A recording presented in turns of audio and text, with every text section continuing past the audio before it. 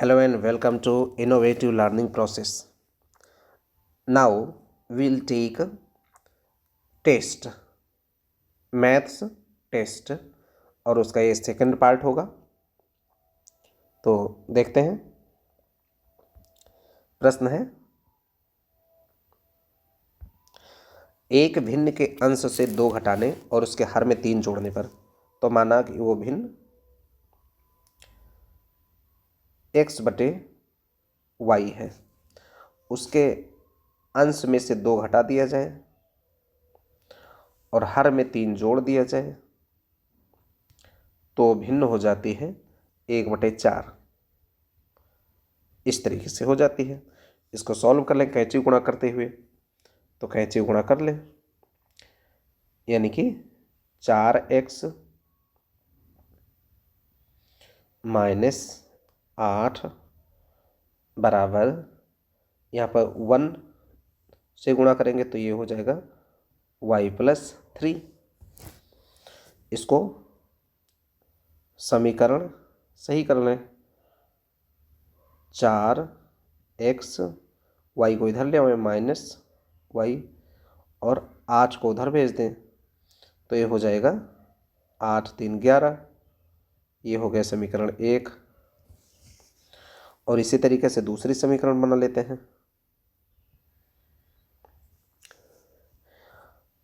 उसी भिन्न में अंश में 6 जोड़ने पर, यानी कि जो x बटे y है इसके अंश में 6 जोड़ दिया जाए, हर को 3 से गुणा कर दिया जाए। इसको 3 से ऐसे गुणा कर दिए तो ये 2/3 हो जाती है। इस तरीके से इसको फिर सॉल्व कर लिया जाए। कैंची गुणा से 3 का 3x प्लस 3 छक 18 इज इक्वल टू 3y और 2 से गुणा तो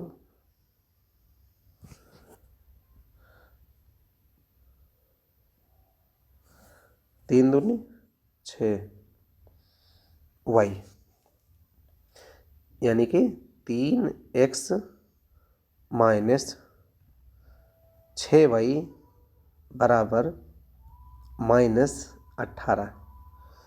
इसको थोड़ा आसान करने के लिए भिन्न को 3 से सबको भाग दे देते हैं। ये सभी में करना है, ऐसा नहीं कि इस पद में कर दें इसमें ना करें, तब गलत रहेगा। 3 से कर देते हैं तो ये हो जाएगा, ये कट जाएगा तो ये हो जाएगा x, ये हो जाएगा -2y और ये हो जाएगा -6। ये दूसरी समीकरण बनी। इस दूसरी समीकरण को इधर ला दें।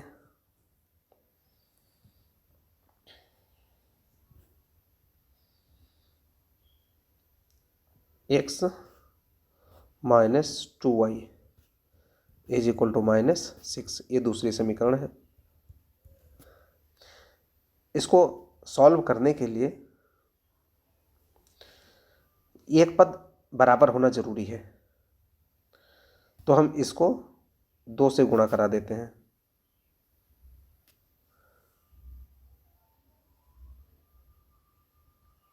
दो से गुणा करा देते हैं इसको तो ये हो जाएगा 8x minus 2y is equal to 22।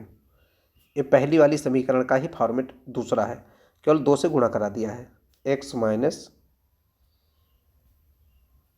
2y -6, ये दूसरे समीकरण को सॉल्व कर ले। इनके चिन्ह को बदल दें, क्योंकि हम एक समीकरण से दूसरे समीकरण को घटा रहे हैं। तो यहाँ माइनस हो गया, ये माइनस का प्लस हो गया, ये प्लस हो गया।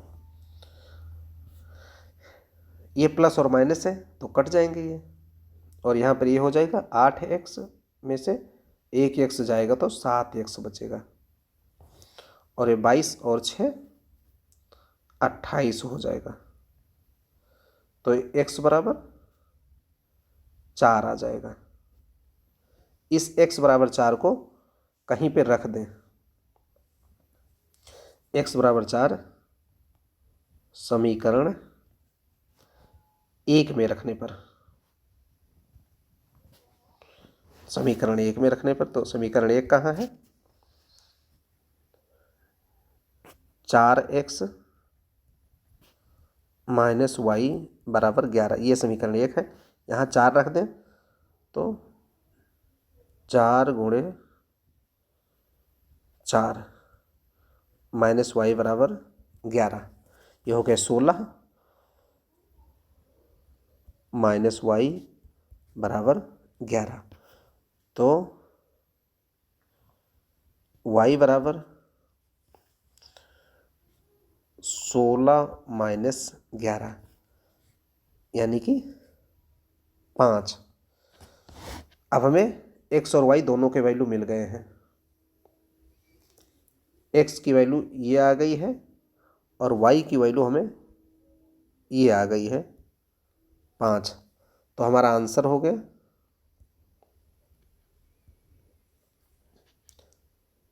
x बटे y, हमारी भिन्न थी तो x के जगह पर 4 और y के जगह पर 5, तो हमारी भिन्न हो गई 4/5। यही हमारा आंसर है, 4/5।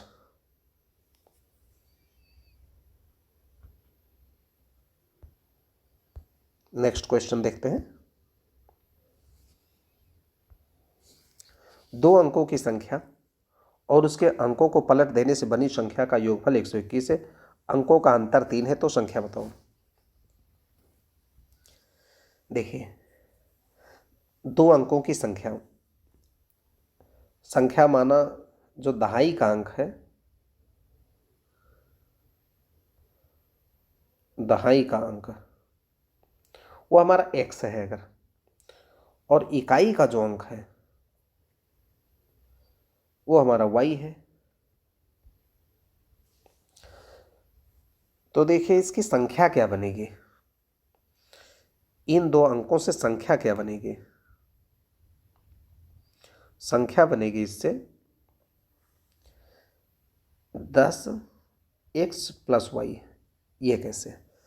जैसे 80 या 56 है कोई, तो ये कैसे बनता है? 5 गुणा 10 प्लस 6 से। इसी तरीके से अगर हमारी यहाँ पे एक x है और एक y है, तो x गुणा 10 प्लस y के जगह पर 6 है, तो ये y ऐसे ही बना 10x प्लस y, ये हमारी संख्या बनती है।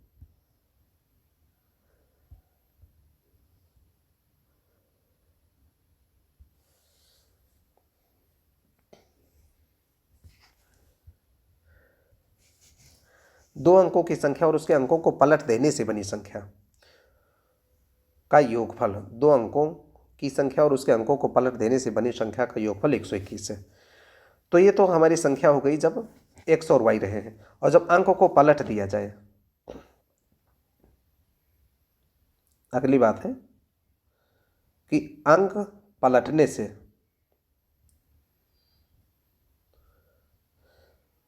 जो संख्या बनेगी वो क्या बनेगी, जहाँ x है वहाँ y हो जाएगा, तो 10y प्लस x, ये अंक पलटने वाली संख्या है ये। और ये वाली कौन सी संख्या है? ये ओरिजिनल शुरू वाली संख्या है। और ये कहता है कि संख्या का योगफल 121 है, दोनों को जोड़ दिया जाए अगर तो 121 है। इनको दोनों को जोड़ने से 121 बता रहा है। इनको तो लिख लेते हैं 10x प्लस वाई और 10y प्लस x, और ये बराबर होते हैं 121। ये कौन सी है? ये पुरानी संख्या है ये।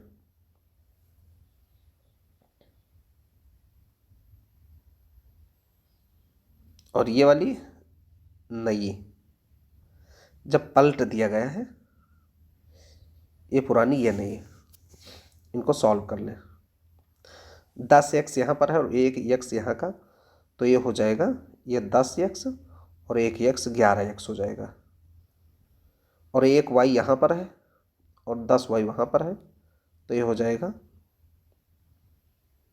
11y बराबर 121। इस समीकरण को 11 से अगर भाग दे दें तो ये आसान हो जाएगा, तो इसको 11 से भाग दे देते हैं। जैसे 11 से यहाँ भाग दे देंगे, 11 से यहाँ और 11 से यहाँ, तो हो जाएगा ये x प्लस वाई, 11 11 कैंसिल हो गए, और यहाँ 11 11 में 121, ये हो गया इसका पहला समीकरण।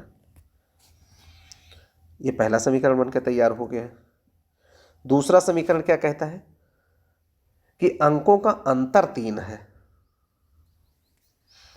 अंकों का अंतर यानी कि x और y, ये इनको घटा दिया जाए तो ये 3 है।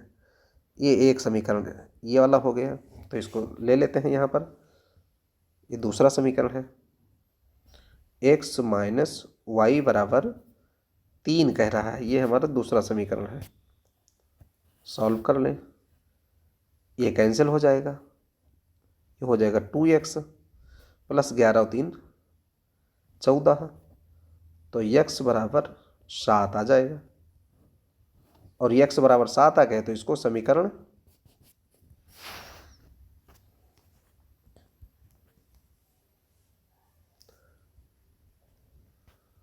समीकरण 1 में रखने पर 1 में रख दिया जाए तो समीकरण 1 हमारा कहाँ पर है, ये है x प्लस वाई बराबर 11, x की जगह पर 7 रख दें, प्लस y बराबर 11, तो y बराबर आ जाएगा 4।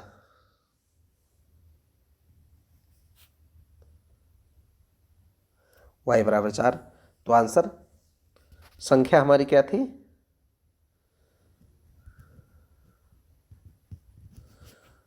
संख्या हमारी क्या बन के तैयार हुई, एक्स वाई, यानी कि x हमारा आया है 7 और y आया है 4, तो हमारी संख्या बन के तैयार हो गई 74। यही हमारा आंसर होगा।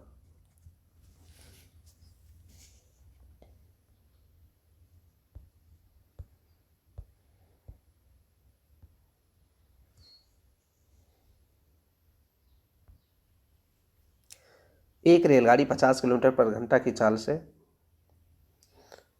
चल रही है। यदि रेलगाड़ी की लंबाई 100 मीटर है तो वह 150 मीटर लंबे प्लेटफॉर्म को कितनी देर में पार करेगी। देखिए, जब रेलगाड़ी और प्लेटफॉर्म का प्रश्न आता है, ध्यान दीजिए कि ये हमारा है, मान लीजिए ये प्लेटफॉर्म है,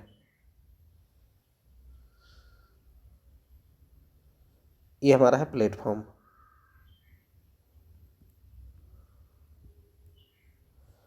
और या पुल है, ये कोई पुल है, पुल है हो या प्लेटफॉर्म हो। अगर इसके ऊपर से कोई ट्रेन पास होगी, मान लीजिए कि ये हमारी कोई ट्रेन है,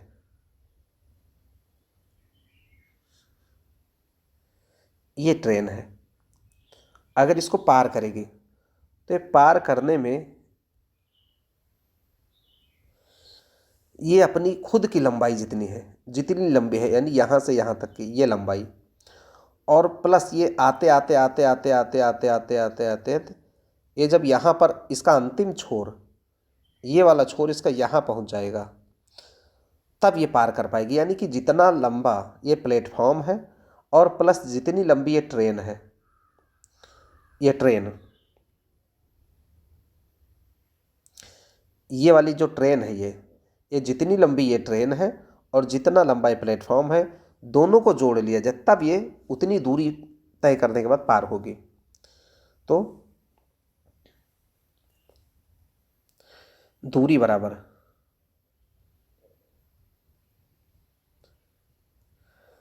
प्लेटफॉर्म कितना है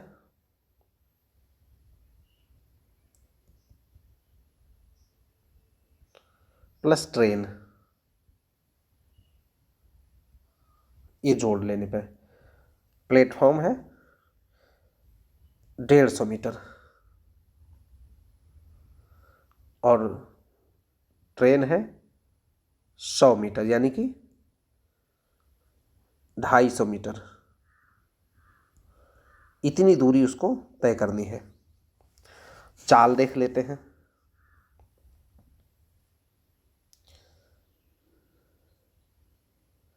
चाल है 50 किलोमीटर प्रति घंटा, 50 किलोमीटर प्रति घंटा।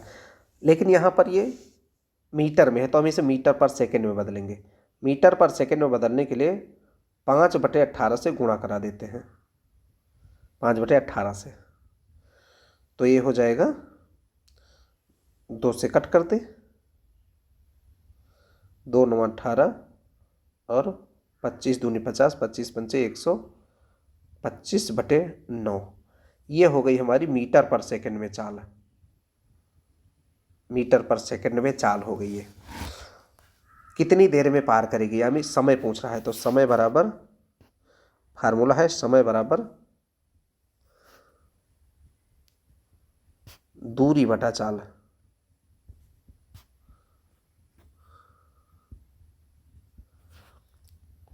दूरी कितनी है हमने अभी देखा था, 250 मीटर, और चाल हमारी कितनी है, 125/9, 125/9। इसको और सही से लिख ले तो ये हो जाएगा 250, 125/9। इसको ऐसा लिख ले, बटे में है तो इसको पलट के लिख लें गुणा में, 9/125, या ऐसे लिख लेते हैं। इसको कट कर दें तो 125 दूनी 250, 2 9 18, 18 सेकेंड लगेगा समय। ये आंसर हो गया हमारा।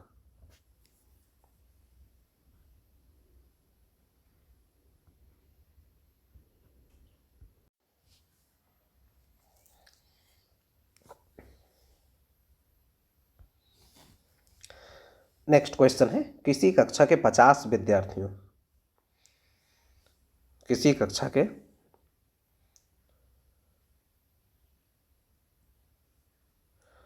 50 विद्यार्थियों की के जो औसत अंक है 50 हैं, उनमें से 40 के औसत अंक 40 हैं, तो शेष 10 विद्यार्थियों के औसत अंक कितने हैं। देखिए 50 विद्यार्थियों के औसत अंक 50 हैं, तो कुल कितना हो गया, 50 विद्यार्थियों के कुल अंक,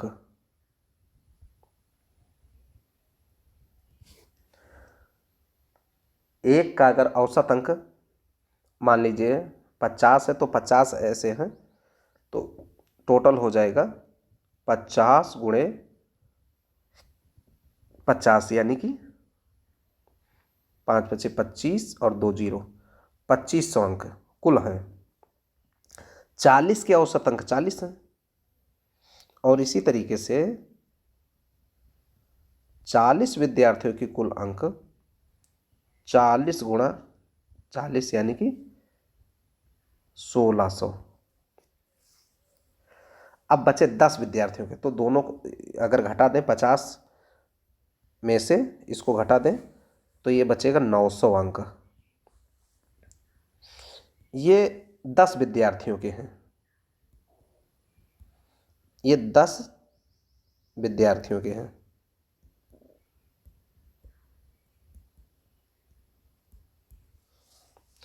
तो इनके औसत अंक कितने हो जाएंगे,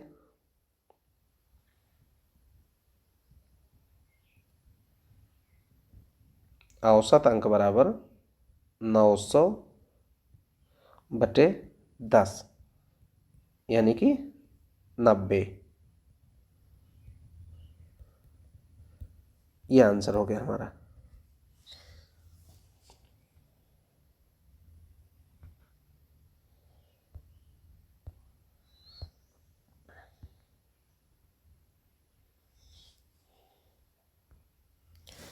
नेक्स्ट क्वेश्चन रीजनिंग क्या आ रहा है। सभी मनुष्य ईमानदार हैं। वेन डायग्राम इसका बनाते हैं। सभी मनुष्य ईमानदार हैं। देखिए, सभी मनुष्य, ये है मनुष्य, और ये सभी ईमानदार हैं, तो ये ऐसे कर दिए ईमानदार।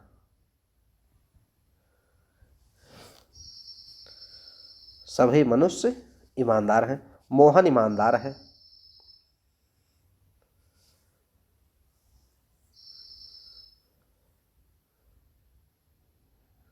मोहन ईमानदार है, तो ये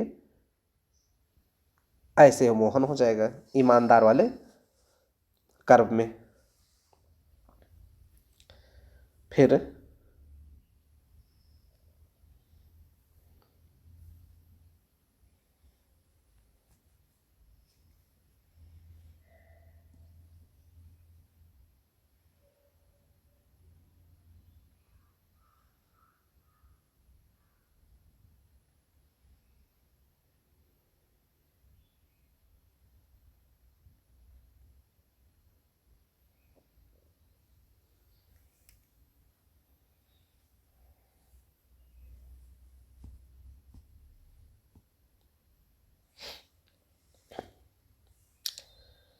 नेक्स्ट आता है इसका कंक्लूजन।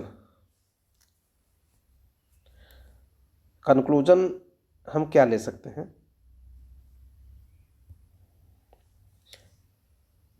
कि मोहन एक लड़का है। इस बात से, इस चित्र के माध्यम से क्या हम कह सकते हैं कि मोहन एक लड़का है, क्योंकि यहाँ पर लड़के की कोई बात नहीं की गई है, तो मोहन एक लड़का है, ये निष्कर्ष नहीं निकलता है। सभी ईमानदार लोग लड़के हैं। सभी ईमानदार लोग लड़के हैं, यानी कि लड़के की फिर कोई चर्चा यहाँ इस चित्र के माध्यम से चर्चा नहीं है, यानी ये भी निष्कर्ष नहीं निकलता है। यानी कि नाइदर वन नॉर टू, ना तो एक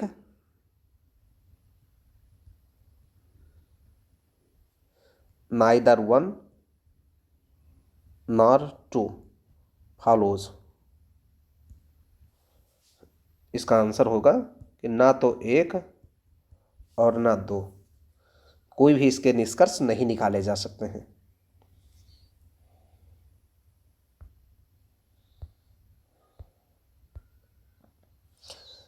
नेक्स्ट क्वेश्चन आता है, अक्षय के दामाद की शादी अनीसा से हुई है, जिसके भाई विजय की शादी ट्विंकल से हुई है। ट्विंकल का अक्षय से क्या संबंध। देखिए, इसका फैमिली का एक चित्र बनाते हैं। अक्षय के दामाद की शादी अनीसा से हुई है, यानी कि जो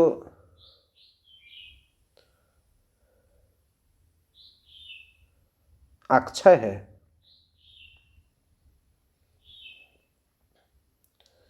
इसका दामाद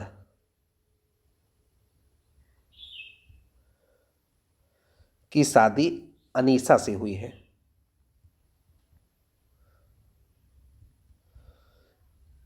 ये हस्बैंड वाइफ हो गए दोनों,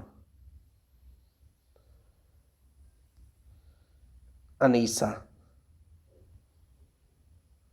ये जिसके भाई विजय की शादी ट्विंकल से हुई है, जिसके भाई अनीसा से, अनीसा जिसके भाई विजय, इसका एक भाई है विजय, ऐसे लिखते हैं विजय, ये इसका भाई है। विजय की शादी ट्विंकल से हुई है।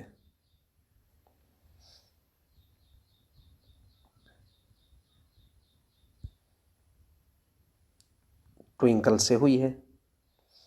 ये हस्बैंड वाइफ हो गए। ट्विंकल का अक्षय से क्या संबंध है।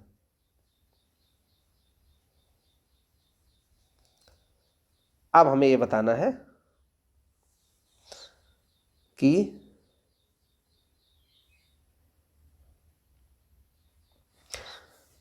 ट्विंकल और अक्षय का संबंध क्या है।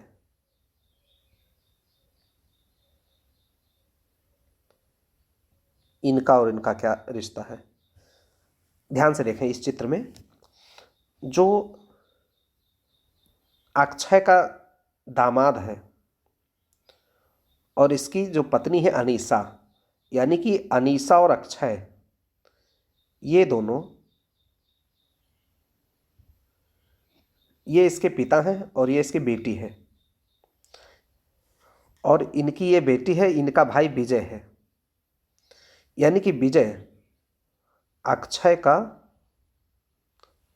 ये सन है, अक्षय का सन है ये विजय। और विजय की जो पत्नी है ये अक्षय की क्या होगी, तो ये होगी बहू, यानी डॉटर इन लॉ होगी ये होगी डॉटर इन लॉ। ट्विंकल का अक्षय से क्या संबंध है, तो ये होगी डॉटर इन लॉ।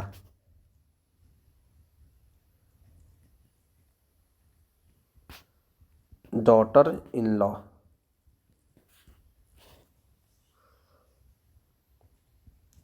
इस तरीके से इस चित्र के माध्यम से हमने समझा इसको। नेक्स्ट क्वेश्चन देखते हैं।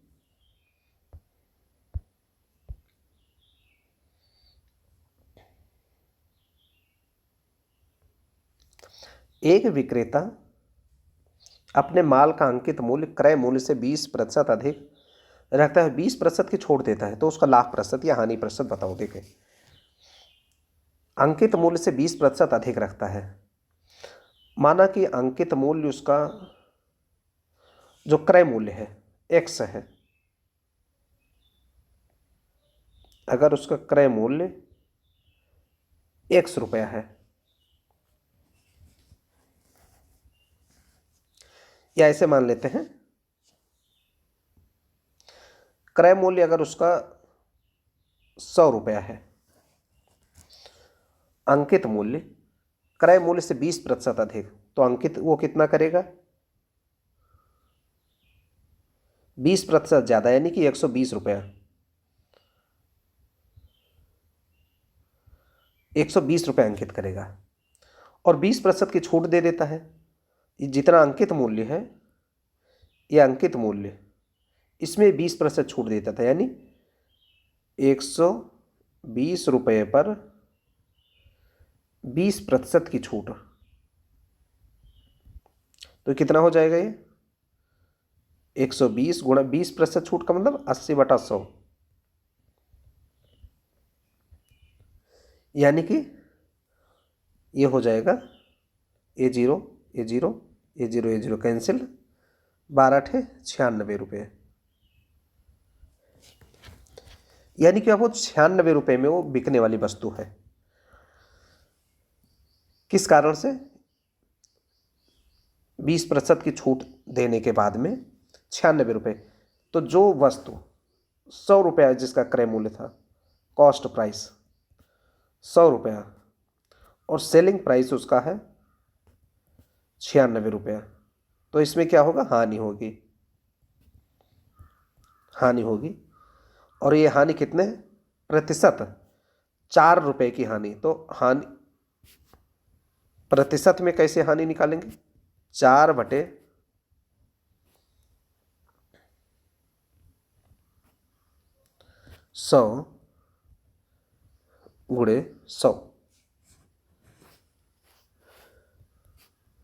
4% की हानि, यह आंसर हो गया।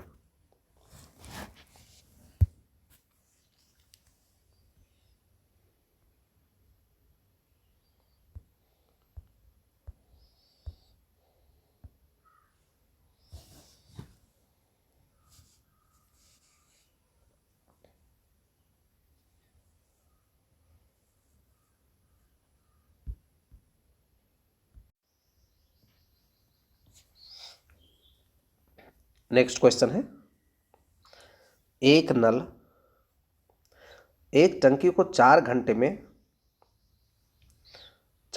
भर सकता है, दूसरा 6 घंटे में खाली कर सकता है, तो दोनों एक साथ खोदने में कितने समय टंकी भर जाएगी। देखिए, 4 घंटे में भरने वाला, 6 घंटे में खाली करने वाला, तो जो खाली करने वाला है उसको माइनस में लिखेंगे, तो 1 घंटे का काम इसका क्या हो जाएगा, 1/4 और इसका हो जाएगा 1/6।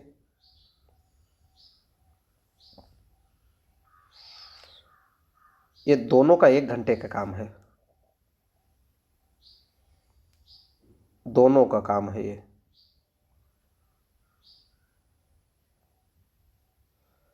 एक घंटे का। इसको सॉल्व कर लें तो 6 - 4/24 यानी कि 2/24 यानी कि 1/12। 1/12 प्लस में आ रहा है यानी कि ये भर जाएगी टंकी। 1 घंटे में 1/12 भर जाएगी। 1 घंटे में 1/12 भरेगी तो कुल टंकी 12/1 यानी कि 12 घंटे में भर जाएगी। ये आंसर हो गया।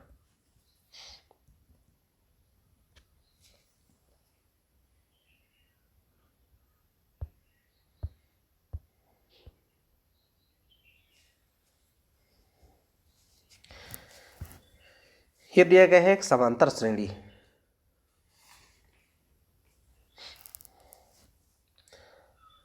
इसमें कहा गया है कि इसका योग बताओ। तो समांतर श्रेणी का योग का फार्मूला है SN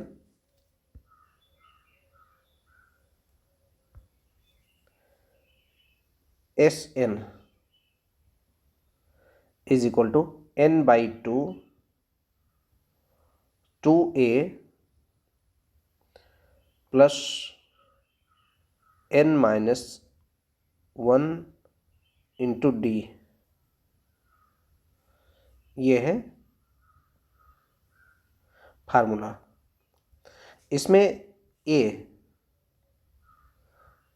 पहला पद है और N कुल पद हैं, D डिफरेंस है,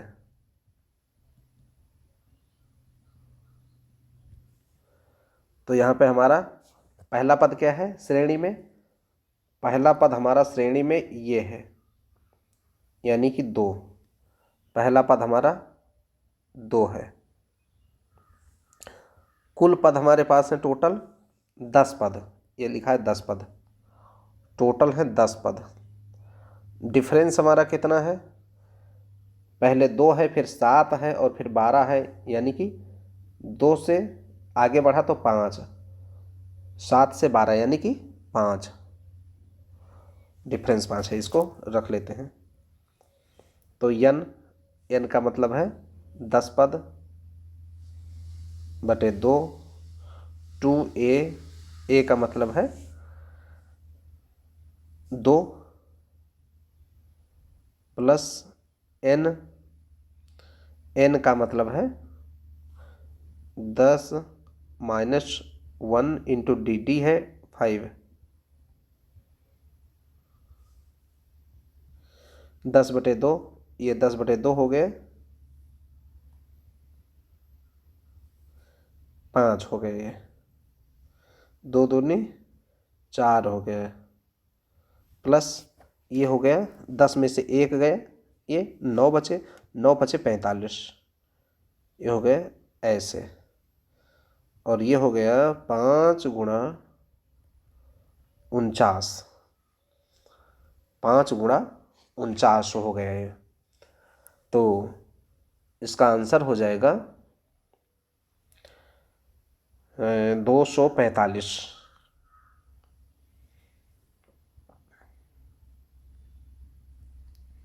245 इसका आंसर हो जाएगा।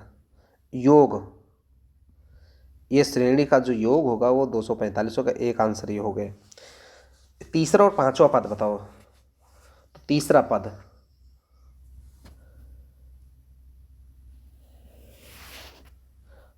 पद जानने के लिए एक फार्मूला है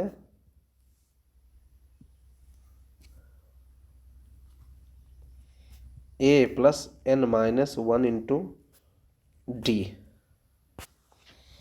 यानी कि ये का मतलब पहला 2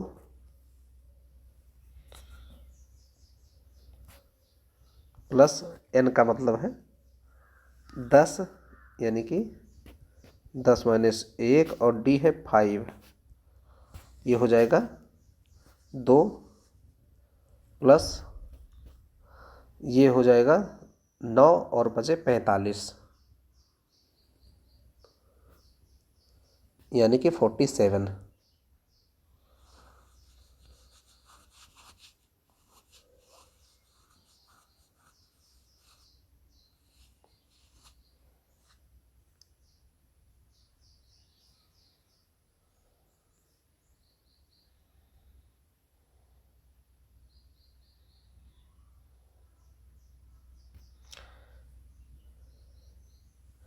तीसरा और पांचवा पद, तीसरा पद ज्ञात करना है, तो n बराबर 3 होगा। यहाँ पे ये थोड़ा गड़बड़ इसका मामला है।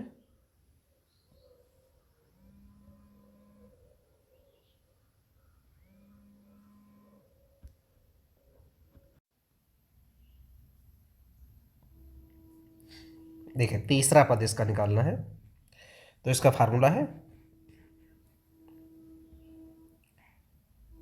a+n-1 into T. जहाँ n है वहाँ पर हम 3 रखेंगे क्योंकि तीसरा पद है, तो 2 प्लस n यानी 3-1 इंटू डी हमारा वही 5 है। सॉल्व कर लें तो ये हो जाएगा 2 प्लस 3 में से 1 गया, 2, 2 पंचे 10, तो ये हो जाएगा 12। एक तो ये आंसर हो गया कि 12 जो इसका तीसरा पद है वो 12 होगा, और इसका पांचवा पद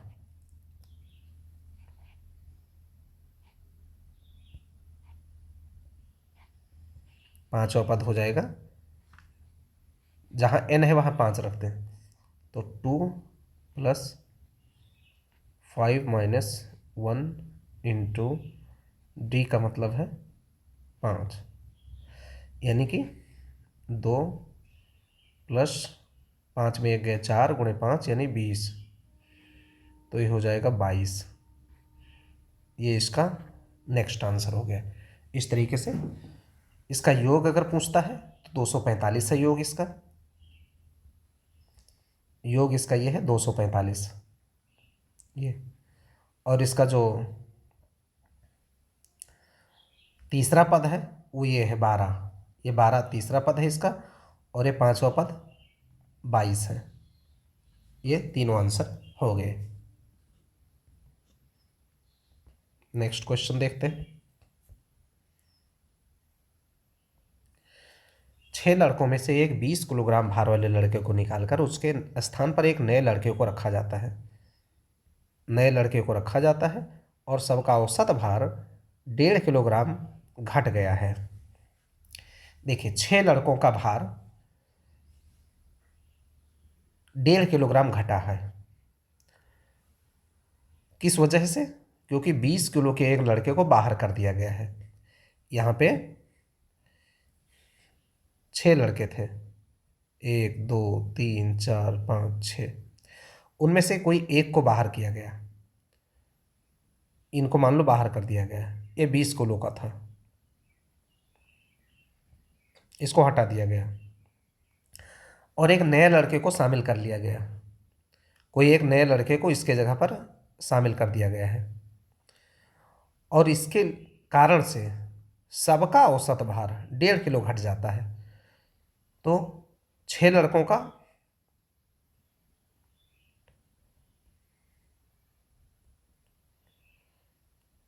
कुल घटा भार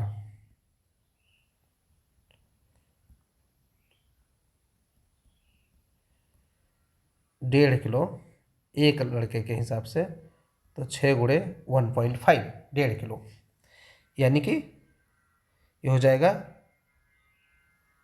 9 किलो। 9 किलो घट गया है। किसके वजह से? इस 20 किलो वाले लड़के को बदल के दूसरे लड़के लाने की वजह से। तो जो दूसरा नया लड़का आया है वो 20 किलो में से 9 किलो कम होगा, यानी कि जो नया लड़का है, नए लड़के का भार वो 20 किलो में से 9 किलो कम होगा। तो 20 - 9 यानी कि 11 किलो का होगा वो, ये आंसर होगा। जो नया लड़का आया है वो 11 किलो का होगा। अगर यही प्रश्न ये कहता कि 1.5 किलो सबका औसत भार बढ़ गया है, तो हम 9 किलो वो घटाते नहीं बल्कि जोड़ देते, यानी 20 और 9 29 किलो, तब वो 29 किलो का लड़का होता नया वाला। लेकिन ये हमारा प्रश्न कह रहा है घट गया है, इसलिए हमने घटा दिया है।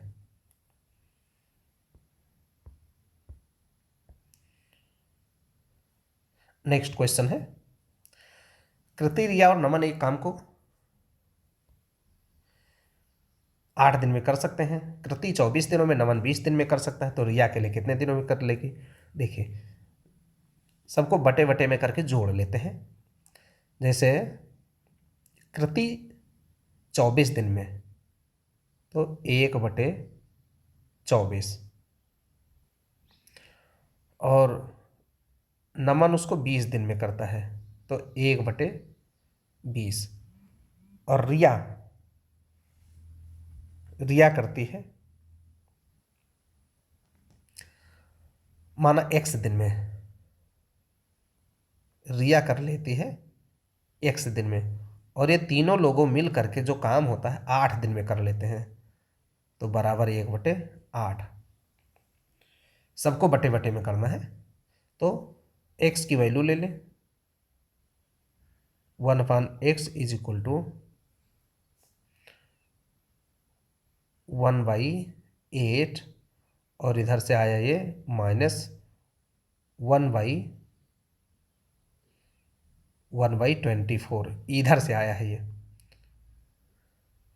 और ये -1/20। पहले हम ये दोनों को हर बराबर करते हैं, इनका और इनका। तो यहाँ पर अगर हम 8 को 3 से गुणा करा दें तो हर बराबर हो जाएगा। जैसे 8 को हम 3 से गुणा करा दें तो बराबर हो जाएगा, तो ये हो जाएगा 3 - 1/24, और ये अलग से ऐसे लिखा रहने दीजिए।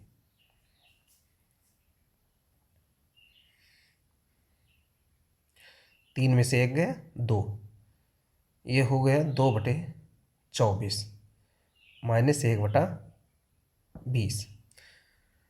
2/24 को भी हम थोड़ा सिंप्लीफाई कर सकते हैं, 1/12 लिख सकते हैं इसको,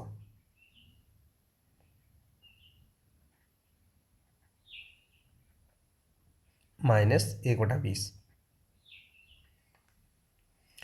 इनको हम फिर से एक बार करें तो ये 60 पे बराबर हो जाएगा, इसका एलसीएम होगा 60, 60 पे बराबर हो जाएगा, तो 12×5 = 60, यानी कि 5 - 20 × 60, यानी कि 3 और बटे 60 हो जाएगा। ये हो जाएगा 2/60, और फिर उसके बाद में हो जाएगा 1/30, कट कर देने से 1/30 आएगा ये, यानी कि 1/x बराबर 1/30, तो x बराबर 30। और हमने माना था रिया के बारे में कि ये x दिन में कर लेगी, और x की वैल्यू आ गई, x बराबर 30, यानी कि रिया 30 दिन में करेगी।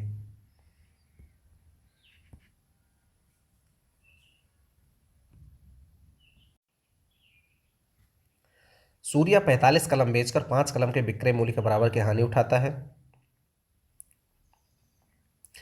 5 कलम वो बेचता है, और नहीं, 45 कलम बेच करके 5 कलम का विक्रय मूल्य के बराबर हानि उठाता है, तो उसकी हानि प्रतिशत बताना है। तो हानि प्रतिशत बराबर 5 कलम का उसको नुकसान हुआ है विक्रय मूल्य के बराबर, तो 5 ऊपर लिख लें और विक्रय मूल्य के बराबर में, यानी कि 45 उसने बेचा है और 5 का उसको हानि हुआ है, तो कुल खरीदा उसने कितना होगा? 45 और 5 50 खरीदा होगा उसने, और गुणे 100, यही उसकी हानि परसेंट होगी। तो 50 दूनी 100, यानी कि 10%, 10% की हानि होगी। ये आंसर हो गया। कैसे कि 45 कलम उसने बेचा है और 5 कलम के जो बिक्री मूल्य है उसके बराबर की हानि, यानी कि 5 उसकी हानि हुई है और उसने खरीदा कितना होगा?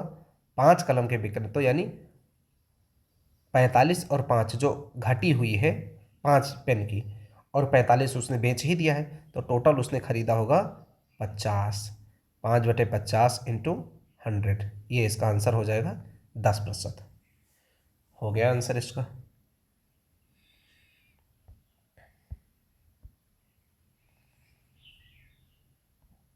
नेक्स्ट है 40 संतरों का क्रय मूल्य। 40 संतरों का क्रय मूल्य 30 के विक्रय मूल्य के बराबर है, यानी कि अगर वो 40 संतरे खरीदता है तो उसका पैसा उसको 30 संतरे बेच करके मिल जाता है, तो उसको लाभ कितना होगा? अभी जैसे पिछले प्रश्न में मैंने किया है वैसे ही, लाभ प्रतिशत बराबर कितना लाभ हो जाता है? 10 संतरों का, क्योंकि 40 खरीदता है जब, तो 30 को बेच करके उसका पैसा आ जाता है, उसका लाभ 10 संतरे में बच जाता है, तो 10 लाभ बच गया। और उसने बेचा कितना है संतरा, जो बेचा है उसको नीचे लिखना है, 30 संतरों के विक्रय मूल्य, यानी कि बटे 30 और गुणे 100, तो ये हो जाएगा 100/3, और ये हो जाएगा 33 सही 1/3% का लाभ। ये आंसर हो गया।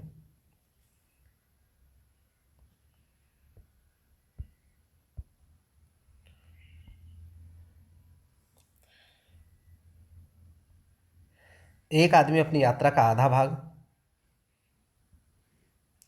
6 किलोमीटर पर घंटा की चाल से और शेष 3 किलोमीटर पर घंटा की चाल से चलता है, उसकी औसत गति बताओ। देखिए इसका एक फार्मूला होता है, सीधे सीधे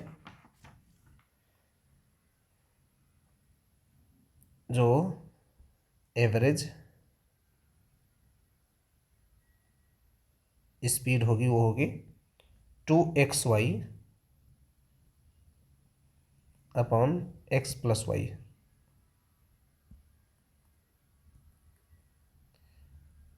2xy आधा भाग 6 किलोमीटर, यानी कि ये x हो गया, और फिर 3 किलोमीटर ये y हो गया, तो रख देते हैं इसको। 2x के जगह पे 6, y के जगह पर 3 बटे x+y, यानी कि 6+3 हो गया ये 36/9, ये हो जाएगा 9 चौक 36, 4 किलोमीटर प्रति घंटा आंसर हो जाएगा। जब भी ऐसा आता है कि आधी यात्रा उसने, ऐसे ही आधी यात्रा उसने 6 किलोमीटर की स्पीड से और आधी 3 किलोमीटर पर घंटा की स्पीड से तय किया है, बिल्कुल ये आधा आधा दूरी है, तो उसकी जो औसत गति होगी वो इस प्रकार से निकाली जाएगी, 2xy/x+y फार्मूले से। इसको मैनुअल तरीके से भी निकाल सकते हैं, लेकिन ये सीधा फार्मूला है।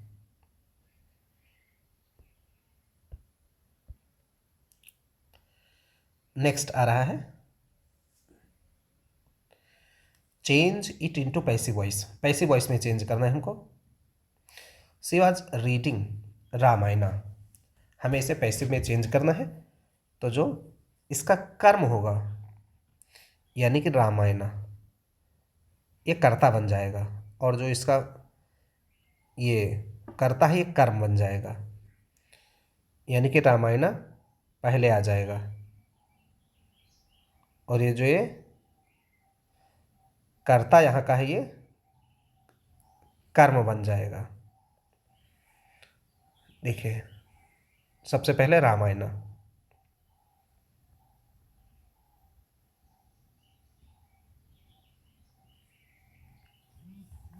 ये पास्ट कंटिन्यूअस है। इसके जो पैसिव वॉइस की सहायक क्रिया होगी पास्ट कंटिन्यूअस में, पैसिव वॉइस की सहायक क्रिया वाज बीइंग वेयर बीइंग, तो रामायणा वाज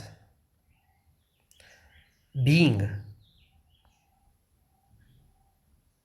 रेड, इसका थर्ड फॉर्म, रीडिंग जो लिखा है इसका थर्ड फॉर्म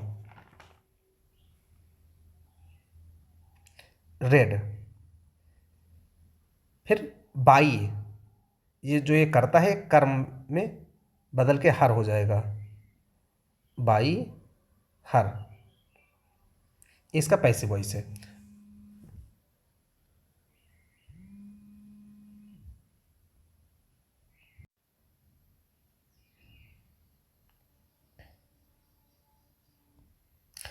नेक्स्ट है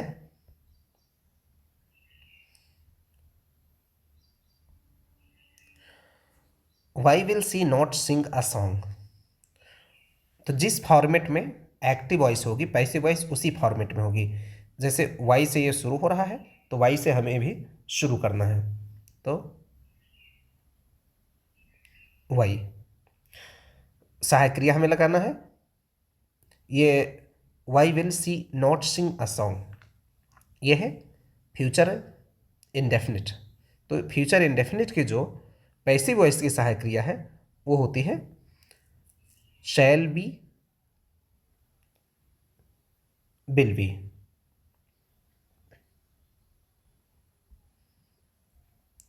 शैल बी और विल बी, ये इसकी सहायक क्रिया होती है पैसिव वॉइस में। तो वाई विल, अब अ सॉन्ग ये यहाँ का कर्म है, ये कर्ता बनेगा, तो ये कर्ता के जगह पे आएगा। Why will a song not be, sing का third form sung, by she का हर, उसी फॉर्मेट में। ध्यान रखना है कि ये जो शैल और बी, शैल और बी और विल और बी, ये एक साथ में नहीं लगते हैं। अगर नॉट अगर लगाना है तो इनके बीच में नॉट पहले लग जाएगा, उसके बाद में बी लगेगा। यानी कि इसकी जो पहली वाली हेल्पिंग वर्ब है वही विल यहाँ पे लगा ही, ये पहली हेल्पिंग वर्ब हो गई, और उसकी दूसरी जो हेल्पिंग वर्ब है ये यहाँ पे लगी है इस जगह पे। इनको एक साथ में नहीं लिखना है कि why will be a song not sung why her, ऐसा नहीं लिखना है। Why will a song not be sung by her, ऐसा लिखना है। नेक्स्ट आता है इनडायरेक्ट स्पीच में बदलने के लिए। Ram said to Mohan you are good to me, तो यहाँ पे ये हमारा साधारण वाक्य में दिया गया है, यानी इसको हम टोल्ड में बदल देंगे। राम टोल्ड मोहन। यहां एक जो इन्वर्टेड, जो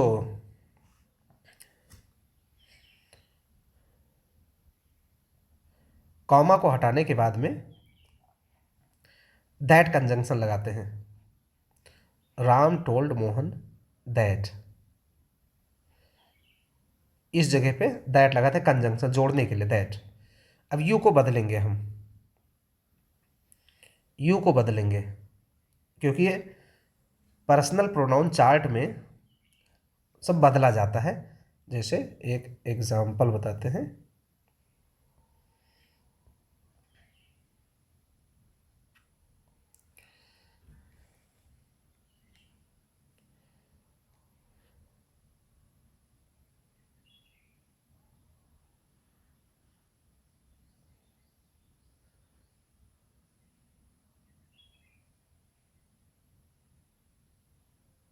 आई मी माई।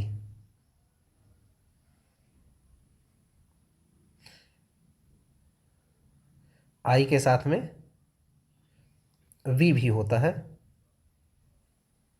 We us our. You you your. He she it दे।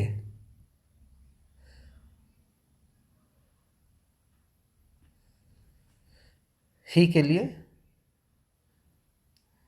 यहां होता है हिम, यहां होता है हिज। सी के लिए यहां पे होता है हर, यहां भी हर। इट इट्स, दे के देम देर। ये इसका कर्ता वाला ये खाना होता है, एक कर्म वाला होता है। और ये वाला जो है पजेसिव केस है।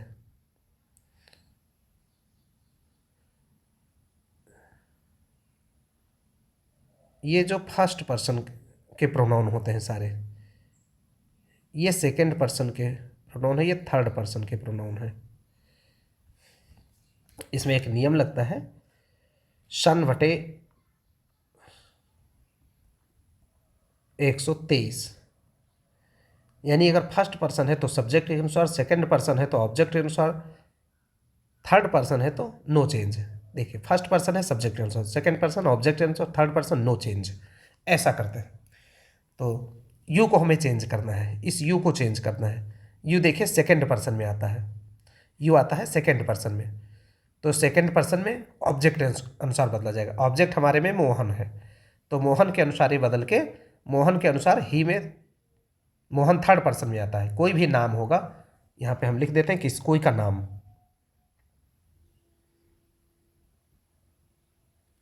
कोई का नाम हो, तो मोहन कोई का नाम है, ये थर्ड पर्सन में आएगा, तो उसके हिसाब से कर्ता इसका ही हो जाएगा। राम टोल्ड मोहन दैट ही, ये यू को बदल दिया ही में, ही। अब यहां टेंस बदल देते हैं, आर गुड तो ही वाज,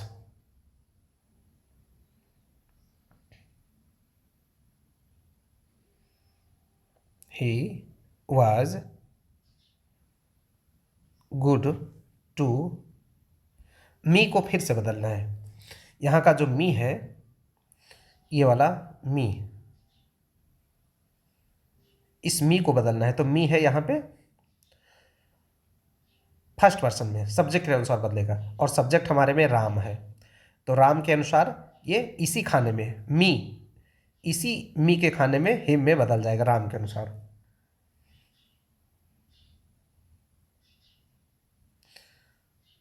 टू हिम, ये इनडायरेक्ट स्पीच बन गई, यानी कि Ram told Mohan that he was good to him, ये इसका इनडायरेक्ट स्पीच हो गया।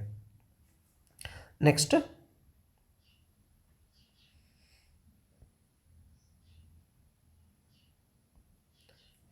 अमर said to his mother are you coming with me, ये प्रश्नवाचक वाले हैं, तो इसमें क्या करना है, जहां पे हम यहां दैट लगाते थे कंजंक्शन,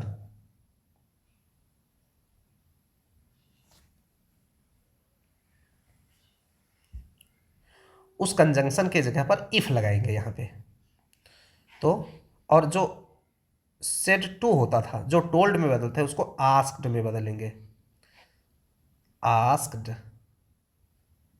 तो अमर आस्क्ड हिज मदर इफ, इस कंजंक्शन के जगह पर अब हम इफ लगाएंगे, इफ, जैसे इफ लगा दिया, उसके बाद में इफ लगाने के तुरंत बाद में हम अफर्मेटिव टाइप वाला सेंटेंस लिखना शुरू करेंगे, यानी इसके जस्ट बाद में सहायक क्रिया नहीं आएगी, कर्ता आएगा, क्योंकि अब हम अफर्मेटिव वाला नियम लागू करेंगे। तो यू को हमें बदलना है, यू है सेकंड पर्सन में, यू है सेकंड पर्सन में, ये देखिए ये ऑब्जेक्ट के अनुसार, यानी कि सेकंड पर्सन ऑब्जेक्ट के अनुसार, सेकंड पर्सन ऑब्जेक्ट के अनुसार बदलेगा। ऑब्जेक्ट हमारे में है मदर, हिज मदर, और हिज मदर के अनुसार सी में बदल जाएगा, ये हिज मदर सी में बदल जाएगा, इफ शी, तो ये आर जो है वो यहाँ ना लिखा, बल्कि इस यू के जगह पर कर्ता हमने लिखा, क्योंकि इफ लगाने के जस्ट बाद में हमारा ये सेंटेंस अफर्मेटिव तरीके से शुरू होता है, यानी कि कर्ता सबसे पहले लगना चाहिए, तो सी। अब हम टेंस बदल दें, आर कमिंग यहाँ पे था, तो हम लिखेंगे पास्ट कंटिन्यूअस में, तो सी वाज, और कमिंग का गोइंग हो जाएगा, if she was going with me को बदलना है, तो मी यहाँ पे फर्स्ट पर्सन में है, मी ये फर्स्ट पर्सन में है, और फर्स्ट पर्सन ये यहाँ पे देखिए सन/123 में फर्स्ट पर्सन सब्जेक्ट के अनुसार बदलता है, यानी कि अमर के अनुसार बदलेगा, तो अमर के अनुसार, अमर कोई का नाम है तो हिम में बदल जाएगा।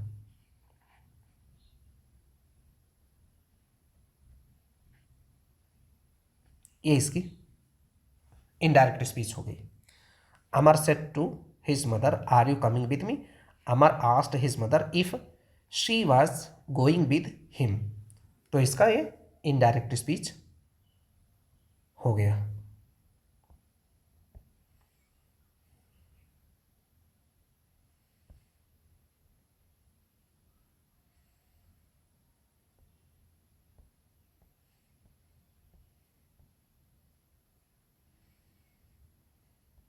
नेक्स्ट है Naresh said to Hari why are you calling me, बिल्कुल वैसे ही यहाँ पे हमें लिखना है आस्क्ड नरेश आस्क्ड हरी, जो अभी तक हमने वहाँ पे आर, जब सहायक क्रिया पहले थी तो हमने वहाँ पे इफ लगाया था, और जब ये क्वेश्चन वर्ड कोई खुद है WH टाइप वाला, जैसे WH वाला अगर कोई भी है, हु, वाई, हाउ, वेयर, ये जितने भी टाइप के हैं WH टाइप वाले, अगर वो आ जाते हैं तो हमें इफ भी नहीं लगाना है, क्योंकि ये जो वाई लगा है, जो भी क्वेश्चन वर्ड होगा वो खुद कंजंक्शन का काम करता है। तो नरेश आस्क्ड हरी वाई, अब बिल्कुल आगे का पैटर्न लगभग वैसे ही जैसे पहले हमने किया था, कि इसके तुरंत बाद में वाई लिखने के जस्ट बाद में हमारा जो सेंटेंस शुरू होगा वो अफर्मेटिव वाला शुरू होगा, यानी इसके बाद में सहायक क्रिया नहीं लगनी है, इसके बाद में हमें कोई कर्ता लेके आना है। तो वाई आर यू, यू यहाँ का कर्ता यहाँ पे आएगा, सब्जेक्ट चेंज करके आएगा, तो यू है सेकेंड पर्सन में, और ये ऑब्जेक्ट के अनुसार बदला जाएगा। ऑब्जेक्ट हरी है, हरी के अनुसार ही, वही ही। आर यू कॉलिंग, ये टेंस बदल दें तो पास्ट कंटिन्यूअस में why he was calling me को बदलना है। मी फर्स्ट पर्सन में है, सब्जेक्ट के अनुसार बदलेगा। सब्जेक्ट हमारा है नरेश, और नरेश के अनुसार ये हमें मी को बदलना है, ये मी को, और ये है फर्स्ट पर्सन है, तो सब्जेक्ट के अनुसार बदलेगा। सब्जेक्ट हमारा नरेश है, नरेश के अनुसार बदलेंगे, तो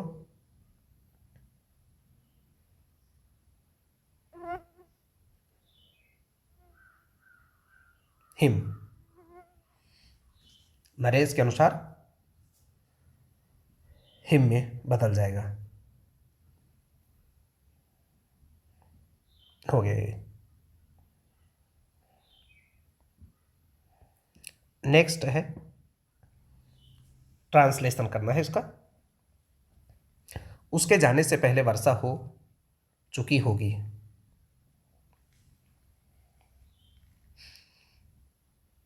यहां से इसको बाइफरकेट करते हैं, वर्षा हो चुकी होगी। अगर यहां पहले लगा है तो जो ये वाला पोर्शन है सबसे पहले यही पोर्शन बनेगा, सेकेंड पोर्शन पहले बनेगा, सेकेंड पार्ट पहले बनता है।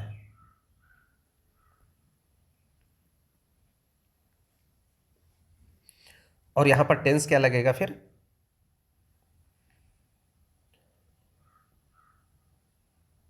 फ्यूचर परफेक्ट,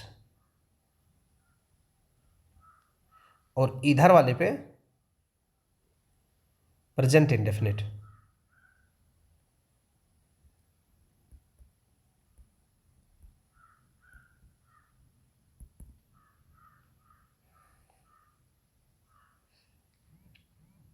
इतने पोर्शन पे प्रेजेंट इंडेफिनिट। तो हमेशा सेकेंड पार्ट को पहले बनाएंगे। तो वर्षा हो चुकी होगी, इसको फ्यूचर परफेक्ट में बनाना है, तो हो जाएगा it will have rained before, ये पार्ट बन चुका है, बिफोर उसके जाने से, उसके का मतलब ही या सी, सी या ही, जाना के गो, और इसका हो जाएगा गोज, क्योंकि ये प्रेजेंट इंडेफिनिट में बन रहा है, इतना पार्ट ये प्रेजेंट इंडेफिनिट में बन रहा है। It will have rained before she या ही गोज। हो गया ये। डॉक्टर के आने के बाद मरीज मर चुका था, यहाँ पर ऐसे ही ये वाला पोर्शन पहले बनेगा, और इसके ऊपर टेंस कौन लगेगा, बाद लगा है। अगर यहाँ पहले होता तो इधर वैसे ही काम होता, लेकिन यहाँ पे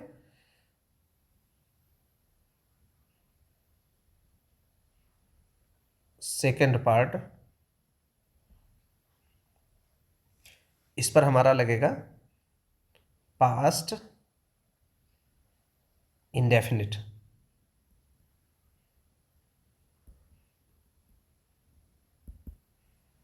और इधर जो फर्स्ट पार्ट है ये, इस पर लगेगा पास्ट परफेक्ट। इतने पोर्शन पे, तो हम शुरू में सेकेंड पोर्शन को बनाते हैं। मरीज मर चुका था, पास्ट इंडेफिनिट में इसको हमें बनाना है।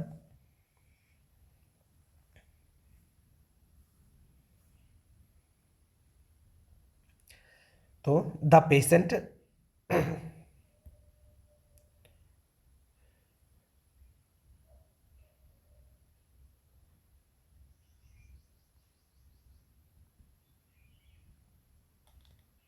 द पेशेंट डाइड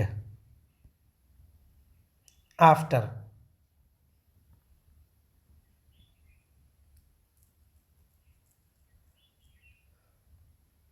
अभी डॉक्टर के आने के, ये इतना पास्ट परफेक्ट में बनेगा। The doctor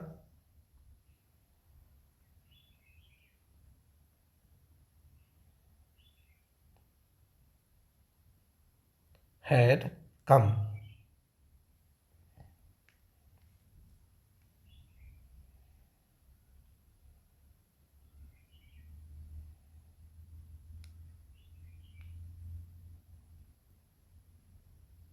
the patient died after the doctor had come. इस तरीके से ये बन गया।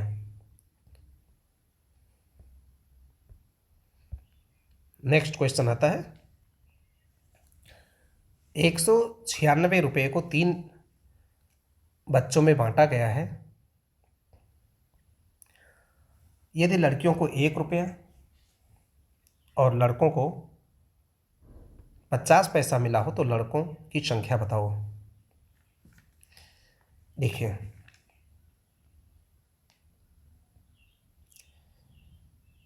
लड़कों की संख्या पूछ रहा है तो माना लड़के x हैं,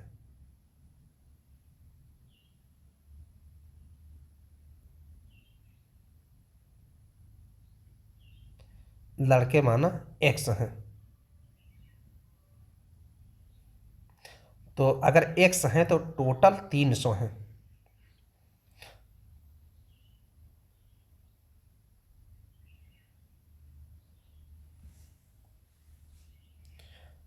यहाँ पे थोड़ा ये प्रिंट ये नहीं छपा हुआ है। 196 रुपये 300 ये है, 300 बच्चों में बांटा गया है। ये ऐसा प्रश्न है, 300 बच्चों में बांटा गया है। 3 बच्चों नहीं, 300 बच्चों में। तो अगर लड़के x हैं तो लड़कियां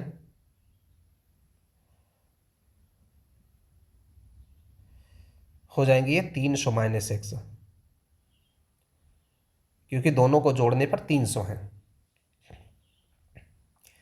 अब देखते हैं लड़कियों को 1 रुपया मिलता है तो ये लड़कियों की संख्या है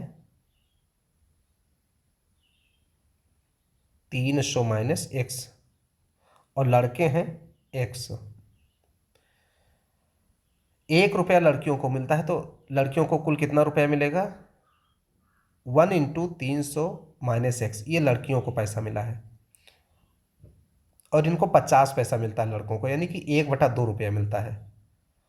1/2 रुपया मिलता है। और दोनों को अगर जोड़ लें, ये लड़कियों को जो पैसा मिला है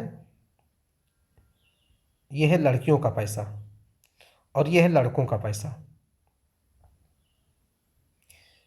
ये है लड़कियों का पैसा।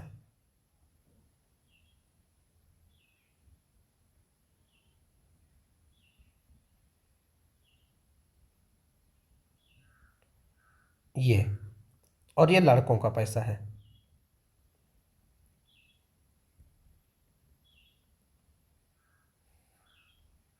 और दोनों को अगर जोड़ लिया जाए तो 196 कुल है।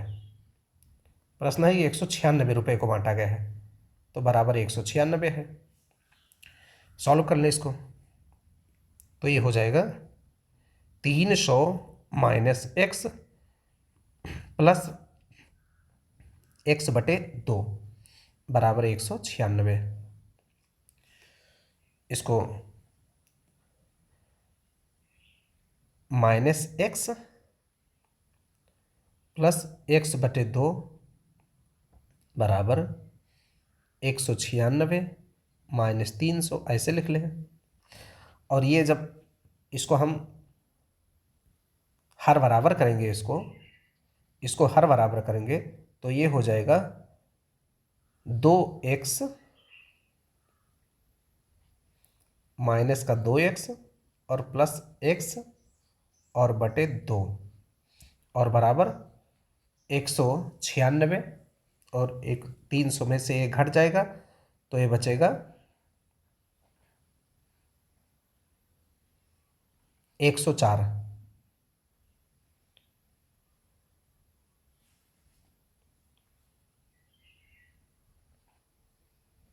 लेकिन ये माइनस में बचेगा।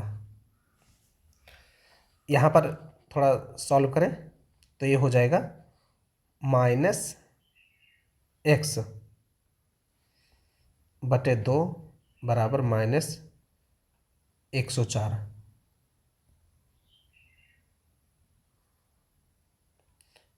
आगे इसको देखें,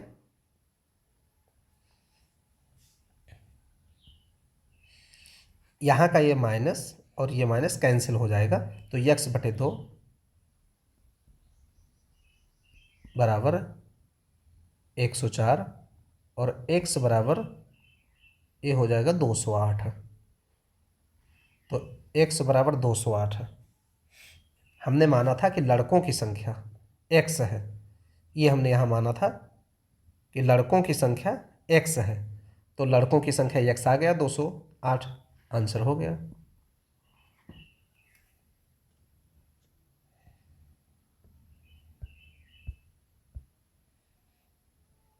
नेक्स्ट क्वेश्चन है, 200 व्यक्तियों में 90 लोग चाय पसंद करते हैं, 108 लोग कॉफ़ी पसंद करते हैं, 46 लोग चाय और कॉफ़ी दोनों पसंद करते हैं, कितने लोग ऐसे हैं जो ना चाय ना कॉफ़ी पसंद करते हैं? देखिए,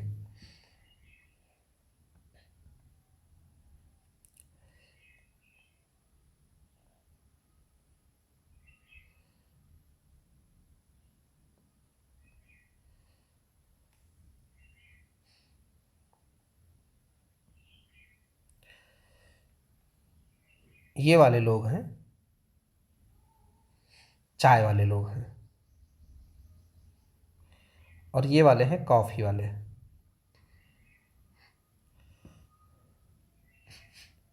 90 लोग चाय पसंद करते हैं,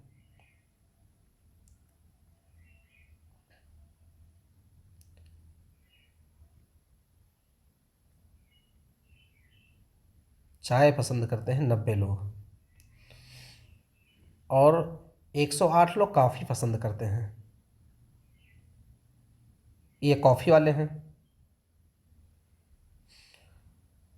46 लोग दोनों पसंद करते हैं, यानी कि 46 लोग ऐसे हैं जो चाय कॉफ़ी दोनों पसंद करते हैं। ये बीच में जो चाय भी पसंद करते हैं, यानी ये चाय को पसंद करते हैं और कॉफ़ी को भी पसंद करते हैं, ये 46 लोग हैं। फिर कहता है कि कितने लोग ऐसे हैं जो ना चाय ना कॉफ़ी पसंद करते हैं, ये हमें बताना है, जो ना चाय पीते हैं और ना कॉफ़ी। देखते हैं, केवल चाय,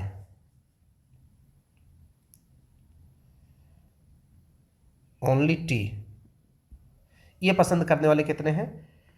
चाय 90 और जिसमें 46 तो दोनों पसंद करते हैं, तो 90 माइनस 46, ओनली टी वाले हैं ये, 90 माइनस 46, तो ये हो जाएगा 44 लोग। ओनली कॉफ़ी,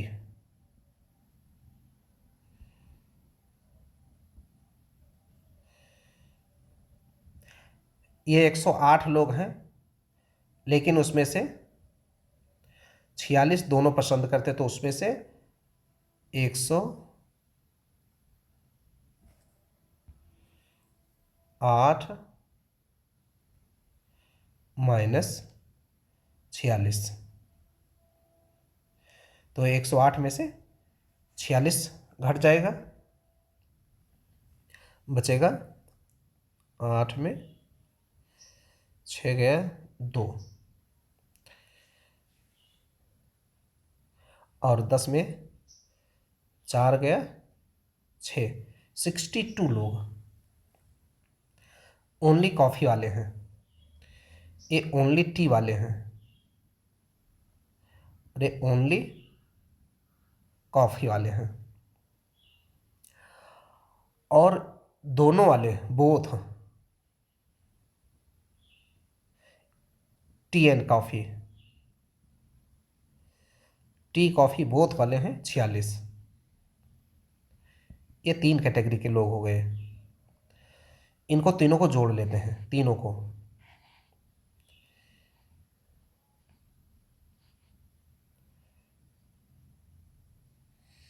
यानी कि चाय, कॉफ़ी और दोनों पीने वाले।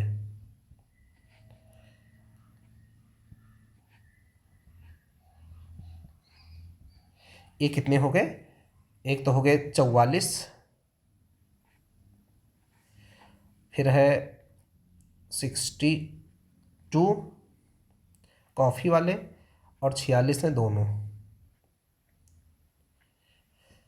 तो इनको तीनों को जोड़ने पे 6 2 8 और 4 12 का 2 1 5 11 11 4 15। 152 लोग हैं जो कुछ ना कुछ पीते हैं। 152 लोग हैं जो कुछ ना कुछ पीते हैं, यानी कि चाहे कोई कॉफ़ी पिए। 152 लोग ऐसे हैं जो या तो फिर वो ओनली टी वाले हैं, या तो कॉफ़ी वाले हैं, या बोथ हैं। 152 लोग। तो ना काफ़ी ना चाय वाले कितने होंगे? जो कुछ नहीं पीते हैं।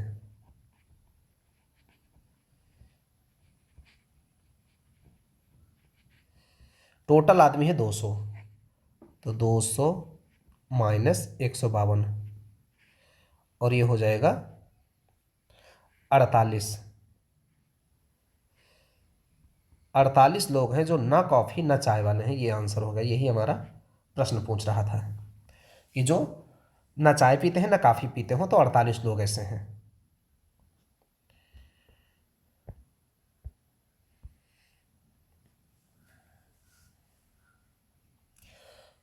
नेक्स्ट क्वेश्चन हमारा है, एक संख्या को 53 से विभाजित करने पर भागफल 34 और शेषफल 21 आता है, तो संख्या बताओ। देखें, एक इसके लिए फार्मूला हम सीधे बना लेते हैं। 29 यहाँ लिखते हैं, 3 से इसको भाग देते हैं, 3 9 27 और 2 बचता है शेष। यहाँ पे देखिए ये कैसे फार्मूला बना कि जो इसका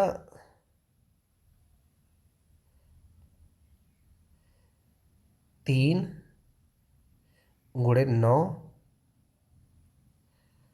प्लस 2, ये बराबर होती है संख्या।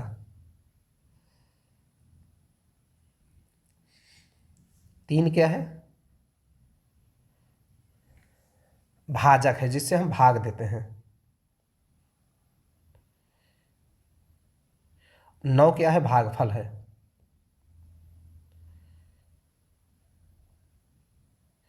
प्लस 2 क्या है? शेषफल है। और ये होती है हमारी संख्या। तो ये हमारा एक फार्मूला बन के तैयार हो गया।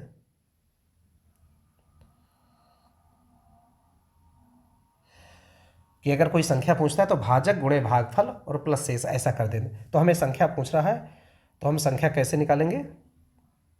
भाजक, यानी जिससे हम भाग देते हैं। एक संख्या को 53 से विभाजित करते हैं, तो 53 हमारा भाजक हो गया। भागफल कितना आता है? 34 आता है। 34 आता है तो ऐसे 34 लिख दिए, प्लस शेष 21 मिलता है, 21 ऐसे लिख दिए। और जब इसको 53 और 34 को गुणा करेंगे और 21 को जोड़ देंगे, तो इन जोड़ने के बाद में जो आएगा वो 1823 आएगा। यही इसका आंसर होगा। 53 और 34 को एक बार गुणा करना है और फिर 21 को उसमें जोड़ना है, तो ये आएगा 1823। ये हमारा आंसर हुआ।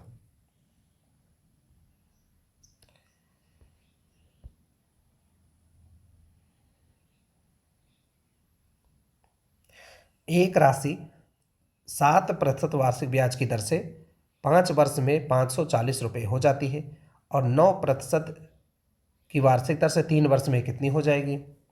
तो राशि को हम देखते हैं कैसे मिलेगा वो।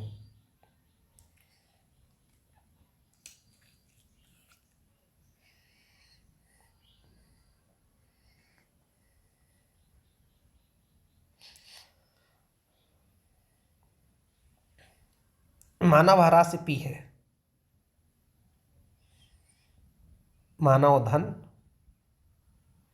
पी है तो PRT बटे 100, PRT बटे, ये होता है सिंपल इंटरेस्ट, ब्याज, सिंपल इंटरेस्ट ये होता है। और इस सिंपल इंटरेस्ट में अगर हम P को और जोड़ दें तो ये मिश्रधन बन जाएगा। देखते हैं इसमें, एक राशि 7% वार्षिक ब्याज की दर से P 7% 5 वर्ष में बटे 100, तो ये तो हो गया उसका ब्याज, ये इतना ब्याज हो गया उसका। और प्लस 540 रुपये हो जाती है, प्लस इसी में हमें जोड़ना क्या है, इसका मूल धन, तो ये हो गया इसका मूलधन। और ये प्रश्न कह रहा है कि ये सब मिला जुला के हो जाता है 540, यानी कि जो ये वाला ब्याज है, ये ब्याज और ये मूलधन, इसको जोड़ के 540 हो जाता है। ये वाला इतना ब्याज है, ये इतना ब्याज का कंपोनेंट है, ये मूलधन है, ये है इसका ब्याज और इसका है मूलधन है, और ये दोनों मिल के 540 हो जाते हैं। तो इसे सॉल्व करेंगे हम। सॉल्व करने के लिए 5 बेसहीम 100 हो जाएगा, ये 7P बटे 20 प्लस यहाँ P है और बराबर 540।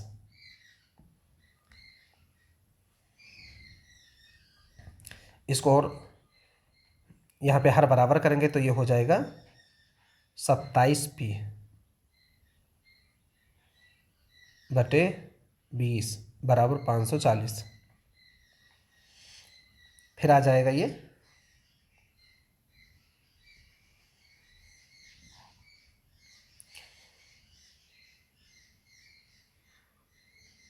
27P बराबर 540 गुणे 20,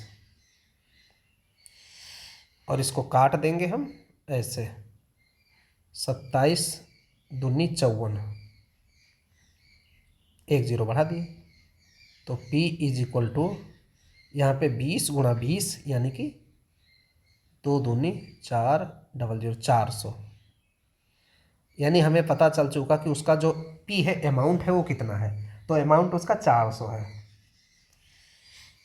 400 उसका अमाउंट है, ये मूलधन है, मूलधन पता चल चुका है। अब ये कहता है कि 3 वर्ष में यही राशि 9% वार्षिक दर से 3 वर्ष में कितनी हो जाएगी, तो ये हम अलग से कैलकुलेट कर लेंगे। देखते हैं 400 का PRT बटे 100, वही फिर से लगा दें, PRT बटे 100, तो P हमारा है मूलधन 400 रुपया, और R हमारा कह रहा है 9%,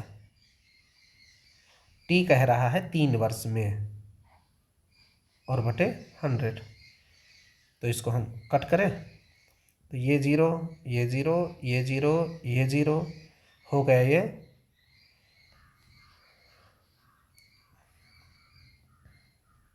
ये हो जाएगा 108,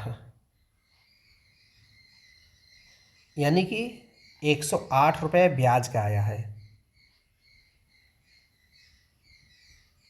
और मूलधन कितना था 400, तो अमाउंट कुल कितना हो जाएगा,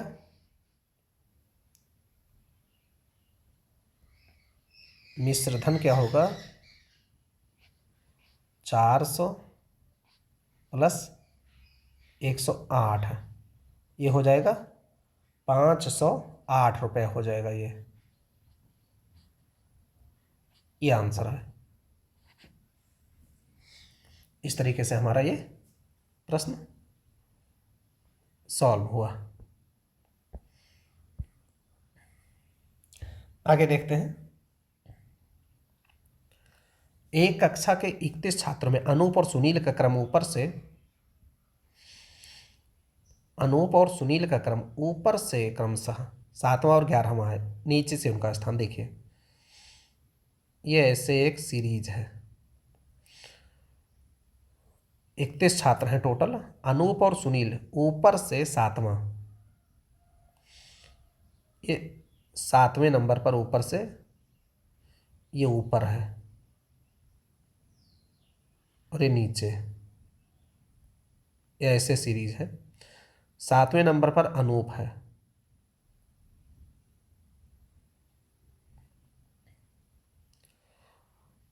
और 11वें पर ऊपर से 7वां, 11वें पर सुनील है। 11वें पर है सुनील, ठीक है, ऊपर से।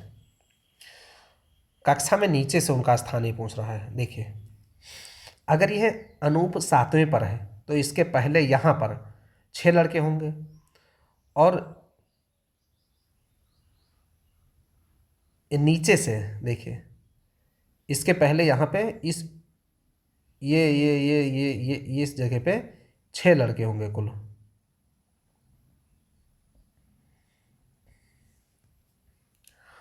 और जब 7वें पे अनूप है और 11वें पे ये है तो 7वें के बाद में कुछ लड़के और होंगे यहाँ पे इस बीच में। जैसे 7 के बाद में एक 8वें पर होगा, एक 9 नंबर पर होगा और एक 10 नंबर पर होगा, तब 11 नंबर पर ये आता है सुनील।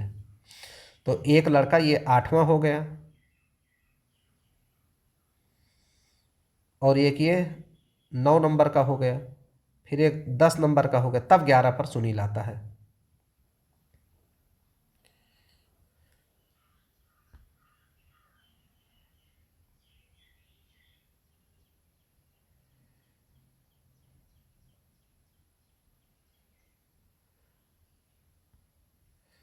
नहीं, ऐसे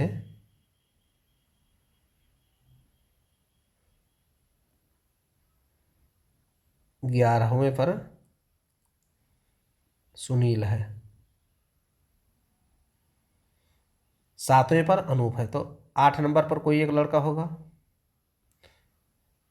9 नंबर पर भी कोई एक लड़का होगा, 10 नंबर पर कोई होगा, तब 11वें पे सुनील आता है। तो टोटल ऊपर से कितने हो गए ये? अच्छा, ये 11वें नंबर पर, अगर ये 11वें नंबर पर सुनील 11वें नंबर पर है ऊपर से, यानी कि अब 11 लड़के पूरे हो चुके हैं, तो इसके नीचे कितने लड़के होंगे? टोटल 31 छात्र हैं, टोटल 31 हैं। तो इसके 11 के बाद में कितने होंगे? अभी 11 के बाद में होंगे अभी 20 लड़के इधर नीचे, 20 लड़के नीचे होंगे।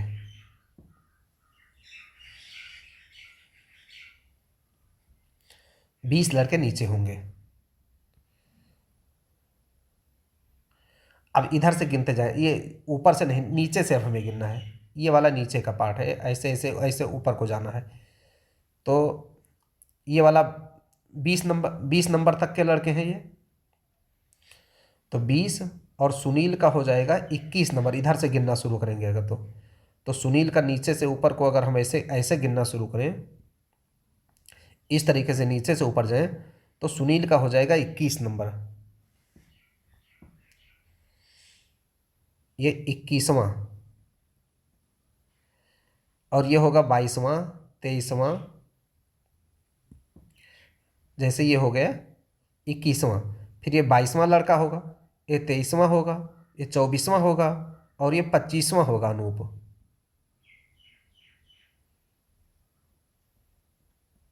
अनूप 25वां होगा। तो हमारा आंसर हो गया कि अनूप 25वें स्थान पर और सुनील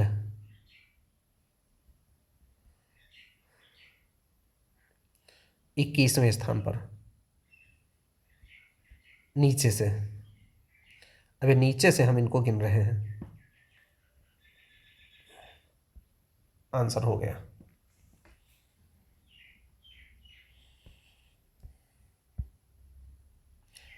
नेक्स्ट क्वेश्चन एक आता है, ए और बी भाई और बहन है। ए बी भाई बहन है ये। सी ए का पिता है। ए का पिता जो है वो है सी। डी सी की बहन है। डी जो है ये सी की बहन है। ई डी की माँ है। ई डी की माँ है। तो बी ई से किस प्रकार संबंधित है? देखिए, ए तथा बी भाई और बहन है, तो ये तो है भाई और बी इसकी है बहन। ये भाई बहन है, ये दोनों भाई बहन हैं। और ये सी इसका पिता है। ए का पिता है तो बी का भी पिता होगा। और साथ में सी और डी, सी और डी ये आपस में भाई बहन है।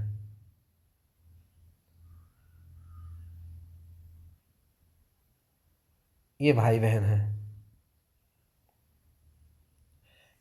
जब ये भाई बहन है तो ई जो इनकी माता है, डी की अगर माता है तो सी की भी माता होगी, सी की माता होगी। और जो ये ए बी है ये भाई बहन है।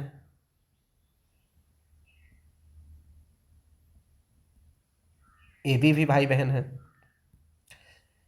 ये अलग भाई बहन है, ये अलग भाई बहन है और ये इनकी माता है।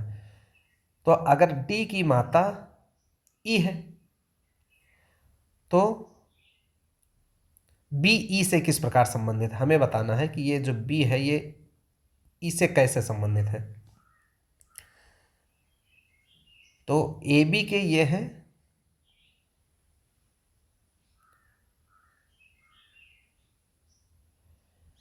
ये दोनों लोग भाई बहन हैं।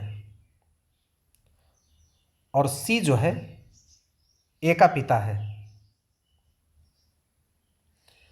तो इस तरीके से हम कह सकते हैं कि जो बी है वो ई की थर्ड जनरेशन में आती है, यानी पोती है ये। यानी बी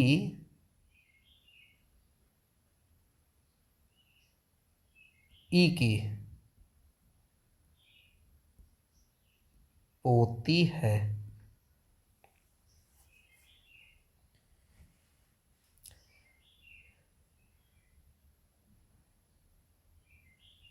और ई बी का बाबा है। इस तरीके से इसका रिलेशन है। तो इस प्रकार से ये टेस्ट यहीं पे समाप्त होता है।